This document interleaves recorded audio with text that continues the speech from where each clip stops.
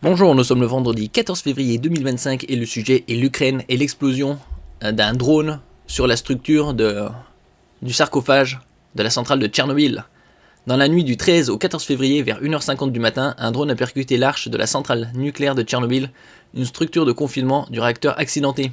Le président ukrainien Volodymyr Zelensky parle d'un drone de frappe russe équipé d'une ogive hautement explosive. On a les vidéos ici. N'oubliez pas de vous abonner pour plus de news nationales, européennes et internationales sur ce monde merveilleux dans lequel nous vivons. Ce sera dans cette zone-là.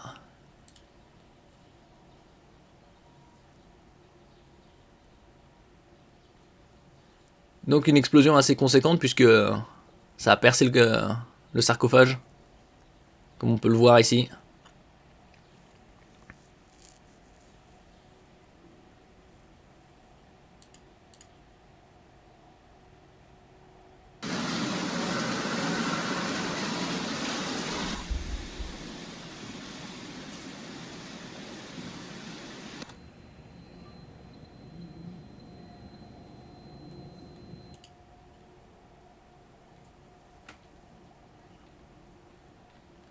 Ça, c'est d'autres images.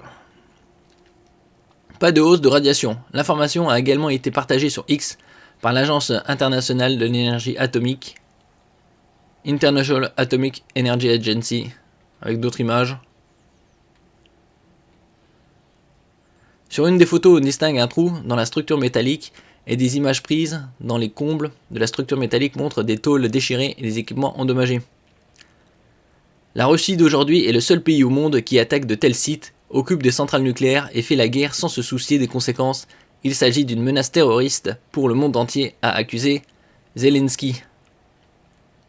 En 2022, la centrale atomique avait été occupée par l'armée russe durant près de 5 semaines, faisant planer la menace d'une nouvelle catastrophe nucléaire. Donc ça c'était fantasmé, ça n'a aucun sens. Le pire accident nucléaire de l'histoire avait eu lieu le 26 avril 1986 en Ukraine, alors une des 15 républiques soviétiques, quand un réacteur de la centrale de Tchernobyl a explosé, contaminant jusqu'aux 3/4 de l'Europe, surtout en URSS. Près de 350 000 personnes avaient dû être évacuées d'un périmètre de 30 km autour de la centrale. Toujours zone interdite, le bilan humain reste controversé. À l'époque, il parlait de quelques dizaines de morts, aux alentours de 25 à 40. Après, il y a eu les personnes contaminées qui ont développé des cancers, plusieurs dizaines de milliers, voire centaines de milliers. Merci pour votre écoute et à la prochaine.